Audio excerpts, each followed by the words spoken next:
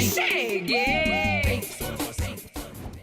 Vou te fazer uma pergunta que ela não tá nem na pauta. Coisa de mãe de segundo filho. Por que é tão difícil lidar com essas emoções no segundo filho? Meu filho outro dia falou assim pra mim: minha mãe não me ama mais. Aí eu, por quê? Por que você tá falando isso? Aí ele, agora você só ama minha irmã.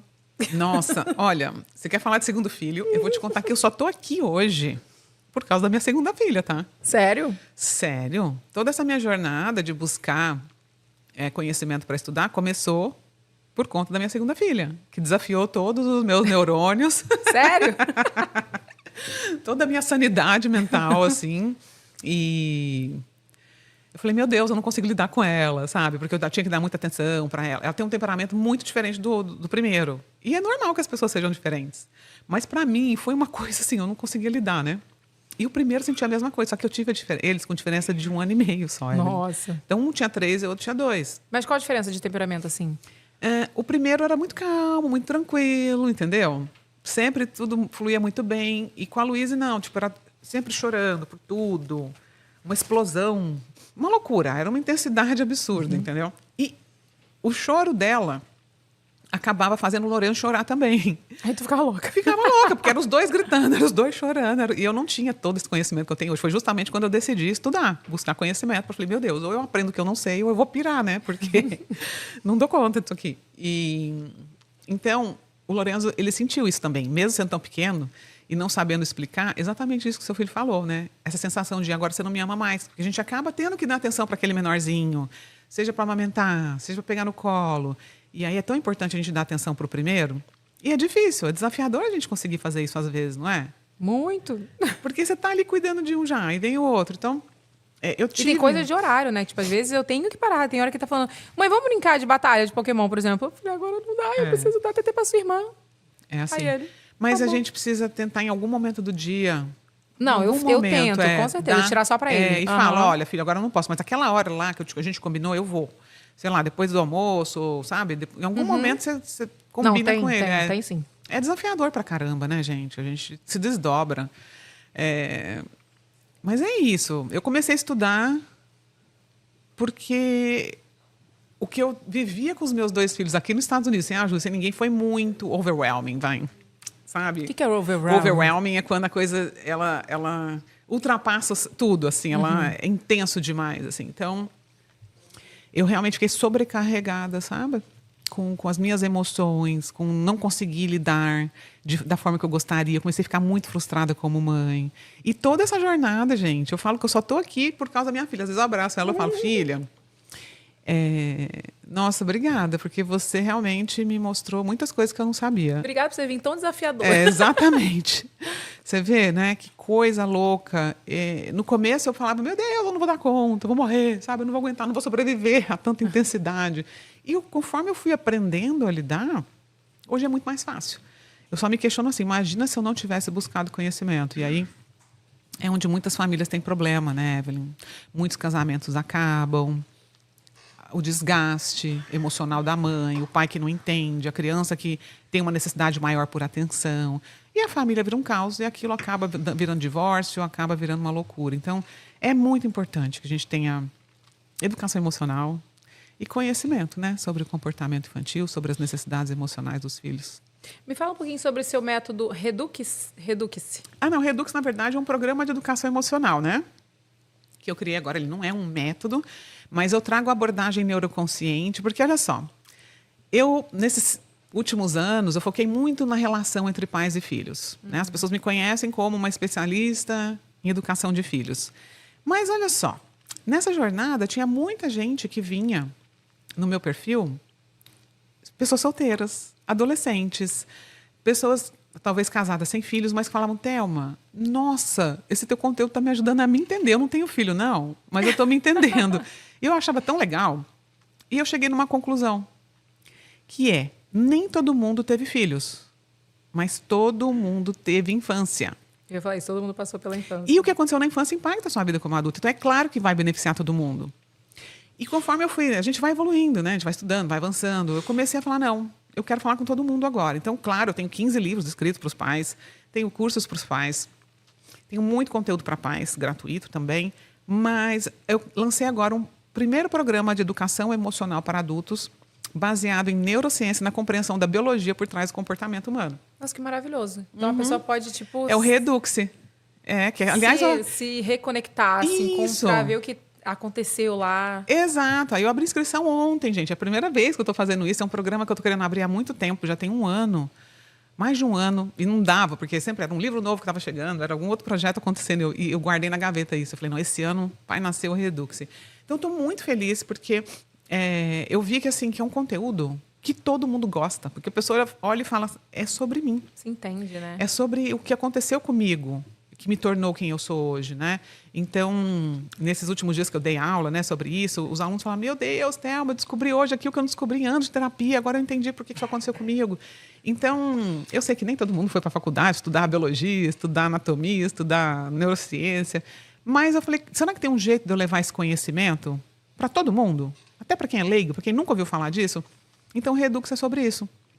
É um programa onde eu trago a neurociência por trás do comportamento, mas também vai ter ferramentas para você mudar os seus padrões, para você sair dessa, né, seja de uma explosão emocional, seja de uma procrastinação constante.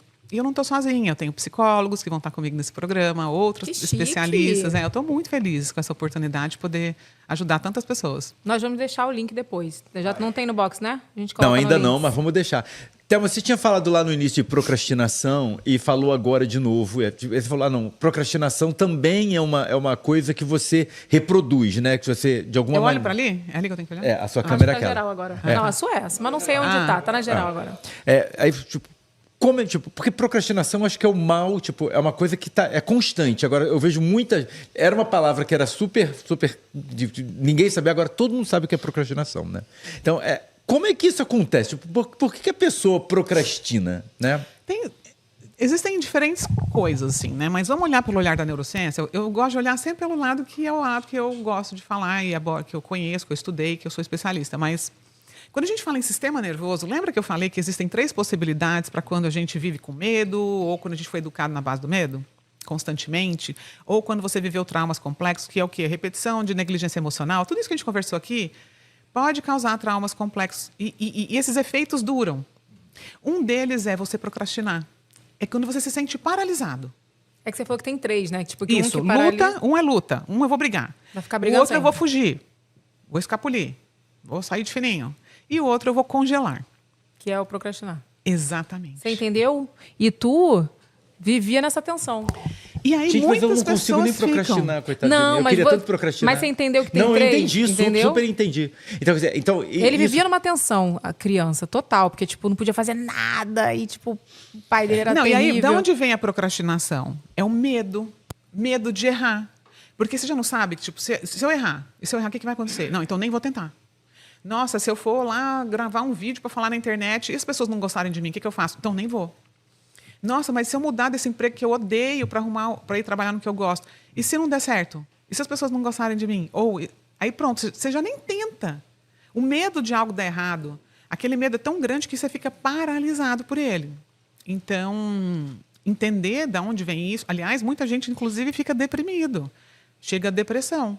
E muita gente vai falar, ai, que pessoa preguiçosa, olha lá, que homem preguiçoso. Tem que ver, depende. Pode ser preguiça? Pode, mas de repente é uma história de trauma. Realmente a pessoa está paralisada, ela precisa de ajuda para sair desse estado de dissociação. Chega a ser um estado de dissociação emocional, que é você está desligado da realidade. Você nem dá conta de se envolver muito, porque para você é uma sobrecarga emocional tão gigante que você prefere ficar ali dentro daquela bolha, parado. Você acha que quando tem, tipo, vamos falar de... Não vou nem falar só criança, mas adolescente também, que isso é uma coisa que me assusta muito hoje nessa geração. Crianças depressivas, criança com depressão, sim, adolescente com depressão. Está aumentando cada vez mais. Eu fiquei de um caso de uma pessoa próxima, que a criança veio se suicidar com 11 anos. Infelizmente, está aumentando muito a depressão e suicídio entre adolescentes. E isso a gente precisa falar sobre isso realmente. Mas existem alguns agravantes, né? Hoje em dia, o homem e a mulher trabalham, né? Então, a criança fica muitas vezes sozinha, sem o pai, sem a mãe. Nem vê esse pai, nem vê essa mãe. Fica na casa de alguém, de uma avó, de um tio. Fica na escola, às vezes 8 horas por dia. Quando chega em casa, pai e mãe estão cansados, não dá atenção para essa criança. né? Não tem um momento para dar amor, para dar afeto. Ou ela é 100% negligenciada e o pai e a mãe, o que faz? Ah, tô cansado, toma, tá aqui. Toma o celular. Fica aí no celular. A criança vicia num celular. Ela vicia numa tela. E ela começa, muitas vezes, a acessar conteúdos inadequados, começa a entrar nas redes sociais ainda criança, né? A gente sabe que não é ideal, porque a criança está desenvolvendo a autoestima, a visão de si, a visão de mundo. Se para nós que somos adultos, a internet já é um campo que pode causar danos emocionais, não é mesmo? A gente fica viciado naquilo, você quer ficar olhando aquilo, mexe com a pessoa se ela não tiver maturidade. Então, a criança ela começa o quê? Se comparar muito. Ah, essa minha amiga é mais bonita do que eu. Ah, é porque todo mundo é feliz e eu não. Aquele mundo perfeição da internet, né?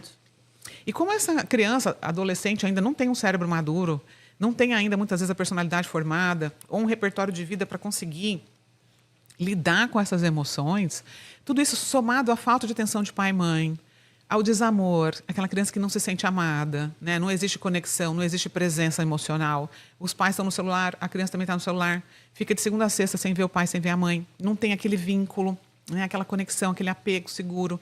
Muitos não sentam para fazer uma refeição juntos, não põem para dormir, não tem nada. Então a criança fica sozinha no mundo. Ela e um celular.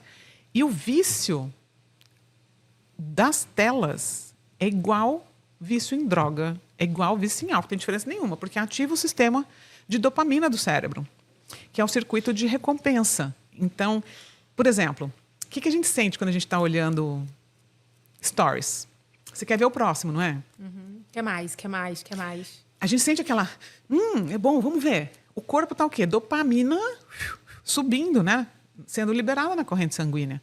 E a criança que ainda não tem essa parte cognitiva desenvolvida, isso é péssimo, porque ela começa a ter problema de foco.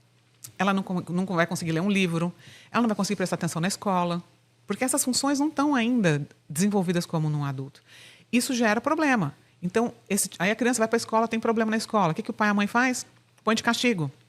Bate nela, briga com ela. Em vez de corrigir o problema, né? Na raiz, não.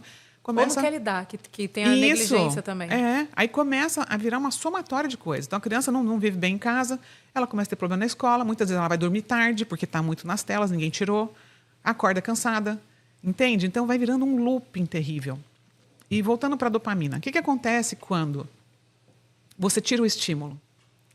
Quando eu tiro o celular da criança, por que é normal ela ficar agressiva?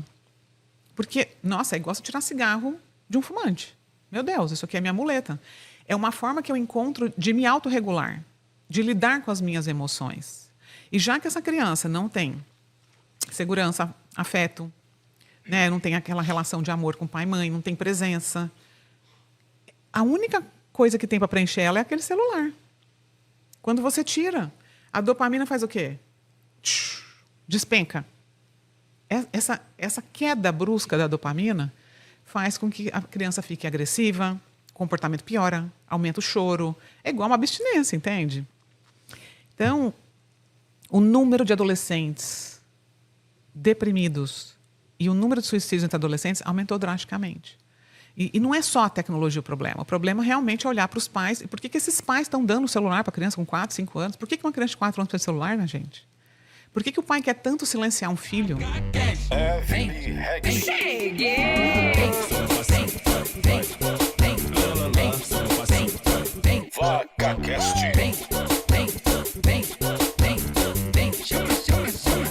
Ela chegou com muito entretenimento. Esse é o VacaCast que está acontecendo.